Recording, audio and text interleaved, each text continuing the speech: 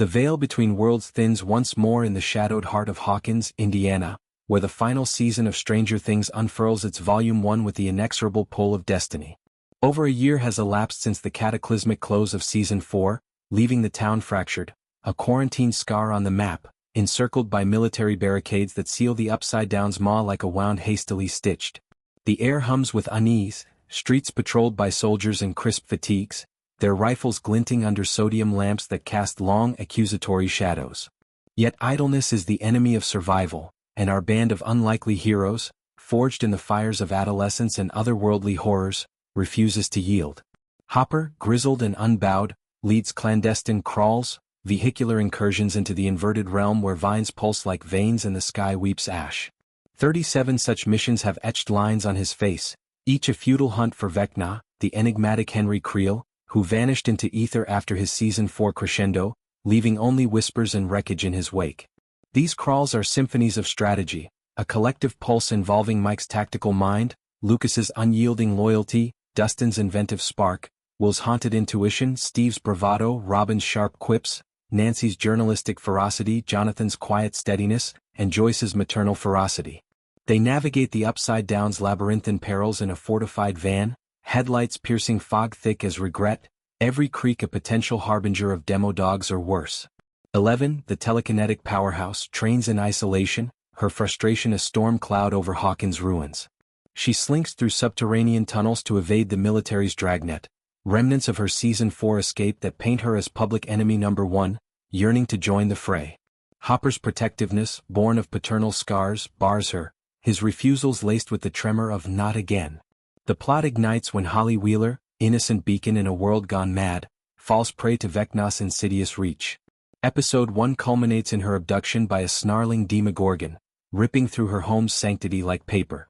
The assault spirals the group into frenzy, stakes skyrocketing as they steal for Armageddon. 11 and Hopper plunge into the breach, the Upside-Down's miasma clinging like damp regret, searching for the girl amid twisted trees that whisper forgotten fears. Revelations cascade, Holly's imaginary friend, the innocuous Mr. Watsit, unveils as Vecna himself, ensconcing her in a dreamlike facsimile of the Creel house, a sanctuary veiled by an impenetrable flesh wall, shielding her from the dimension's depredations. Their quest yields captives. Lieutenant Akers, a soldier whose mind 11 breaches in a psychic odyssey, unearthing visions of Vecna's incarceration in a vault deep within the Upside-Down's militarized bowels. Interrogation under Hopper's gravelly growl extracts fragments of Dr. K's covert operation, a governmental gambit to harness the horror. 11's conviction steals. The vault is key. In a pulse-pounding breach, she scales the fortress's sheer facade, powers flaring in ethereal blooms, only for sirens to wail, nullifying her gifts in a wave of sonic suppression. Hopper, ever the brawler, fells Dr. K in a melee of fists and fury, her unconscious form a trophy of defiance. He ushers 11 to woodland cover, returning with a bombshell, her sister 8, long lost to the ether, suspended in cryogenic limbo within a glowing chamber, a governmental secret more monstrous than the monsters they hunt. Parallel threads weave dread. Max, Season 4's tragic casualty, lies comatose, her body a map of fractures, brain dead, sightless, bones brittle as autumn twigs. Lucas's bedside vigils, laced with pleas and pop references, yield silence, his grief a quiet erosion. Yet hope flickers in the Upside-Down, where Max materializes, a spectral ally contacting Holly in their shared dream prison. Her tale unfolds with haunting eloquence. Death's brief embrace, a spectral sojourn through Vecna's memories akin to a wrinkle in time's tesseracts. 3 paths beckoned, suicide's abyss, fate's surrender, escape's gamble.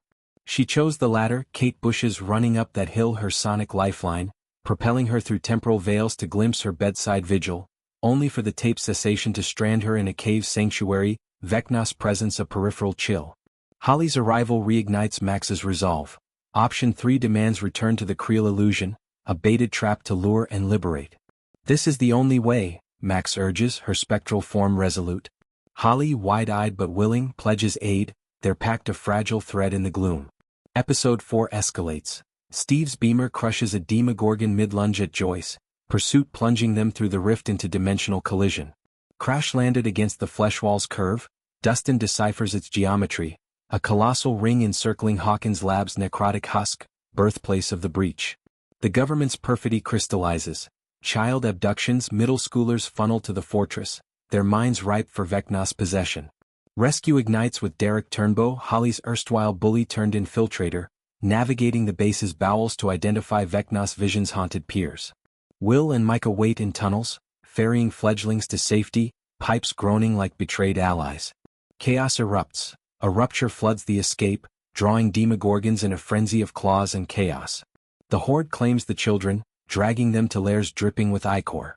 Mike, Will, and Joyce's aid turns to peril, military cordons herding them into open slaughter as monsters descend. Radio Shack becomes bastion, soldiers felled in sprays of gore, Vecna's silhouette a harbinger of eclipse.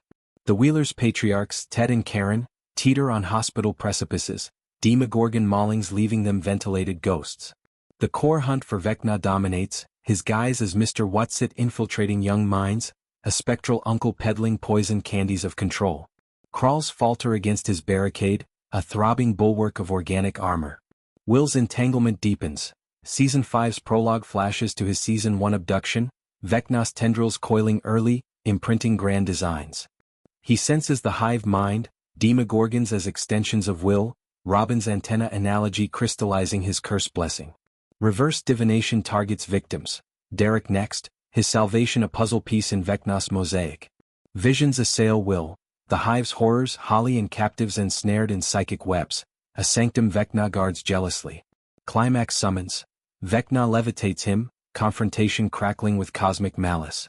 Can you see them, William? Can you see the children? The fiend intones, unveiling his harvest, youths weak in body and mind, vessels for reshaping reality. Easily broken, easily reshaped, controlled, the perfect vessel. To Will, and you, Will, you were the first. And you broke so easily. You showed me what was possible. Some minds simply do not belong in this world. They belong in mine. Release plummets him, but epiphany dawns, Robin's echo, answers inward. Childhood reels cascade, demogorgons midstrike on comrades freeze under his nascent command. Blood trickles from nostril as he eviscerates them psychically, a Byler awakening that redefines the